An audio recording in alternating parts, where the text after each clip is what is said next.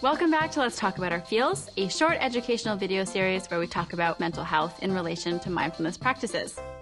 Next up, we're going to be tackling the topic of depression. Before we begin our chat, if you are suffering from depression, please call your doctor or your mental health professional. Everyone's different and everyone needs a different approach.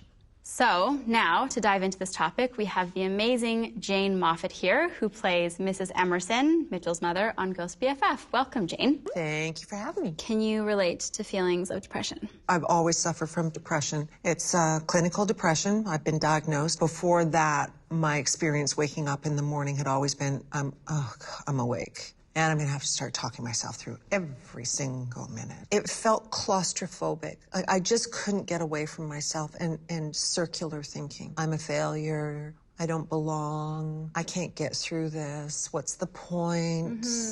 I function very well now. I feel great. There's always more of a pull for depression, because my system is prone to that. Yeah. Can you describe those feelings of before and the after as a physical sensation? You feel sick. It's kind of like having low-grade flu.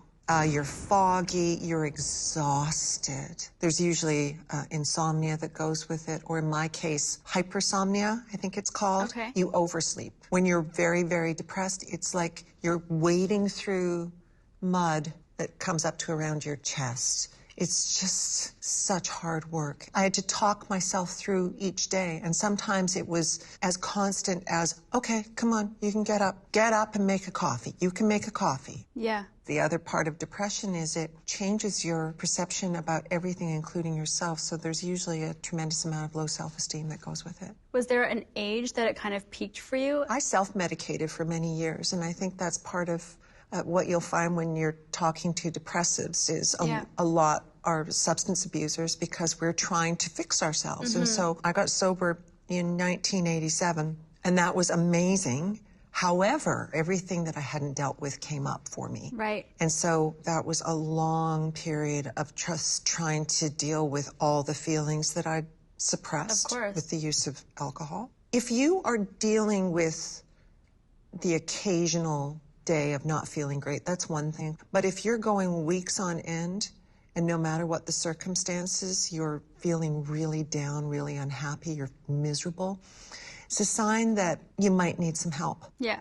And I believe that had I got help earlier, it wouldn't have got as bad as it did. Because my system it ran out of juice. You know, I've blown out my serotonin. Yeah. There's only so much a person can take. I think we do live in our heads, but realizing that, you know, you aren't alone, and to not feel that shame, as you were speaking about earlier, in asking for help and making it more about being outside of yourself and seeing what you can do to get help. It's such a simple piece of advice, but it's so powerful. Yeah, absolutely, absolutely. And is there anything important that you try to remember to sort of put in place when you're feeling this way? When I realize I'm feeling not great, like I'm sort of, oh, wow, that feeling's there a little bit.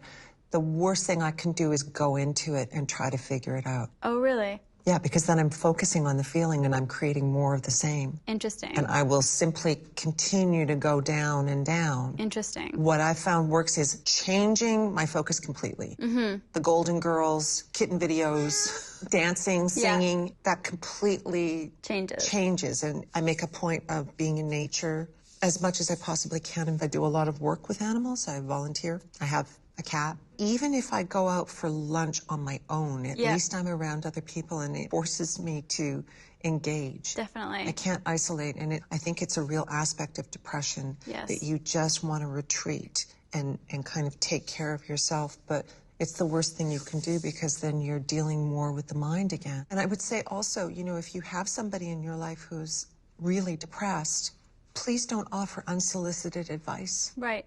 It's so overwhelming. Like what, for example? Come on, why don't you just smile? Right, yeah. It's gonna pass. Let's go shopping. Good advice, if it's unsolicited, can be overwhelming. For sure. Have you thought about going to see a doctor? Have you read any books about it? What I would say instead of that is ask that person to talk about how they feel and listen really empathetically and see if you can identify. There's a lot of shame that comes with feeling you're not your best. Yeah. I think what I wanted was somebody to hold my hand. I just wanted somebody to be around. Definitely. Who didn't even talk, just a presence. Somebody who would give me some soup.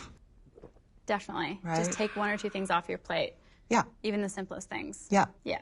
Feelings aren't facts, because you can feel a certain way and then start creating a story around what you're feeling, and it may not be accurate. Yeah. Because everything is story. Definitely. And so I now ask myself, okay, so that's a story. Is that the best story for you? Yeah. Is that the story that is going to be the most helpful? Definitely. Thank you so much. You're so This was welcome. wonderful.